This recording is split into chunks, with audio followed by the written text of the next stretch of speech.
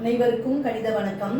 இப்போ பார்க்க போகிறது 6ஆம் வகுப்புக்குரிய கணக்கு 2ஆம் பருவம் பயிற்சி 5-2ல் 2வது கணக்கை பார்க்க போகிறோம். அதில் முதல் கணக்கு, கொடுக்கப்பட்ட மர உரு வரைபடத்தில் விடுபட்ட கணித குறியீடுகளை எழுதுக அப்படின்னு சொல்லி கொடுத்துருக்காங்க.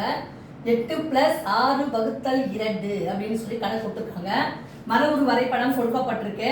இதில் நம்ம என்ன இடத்துல என்ன குறியீடை இடணும் அப்படிங்கிறத பார்க்க போகிறோம்.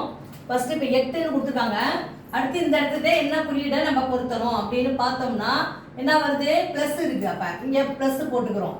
8+ அடுத்து பாருங்க 6/2 இருக்கு. 6 இங்க இருக்கு, இங்க 2 அவங்களே கொடுத்துருக்காங்க.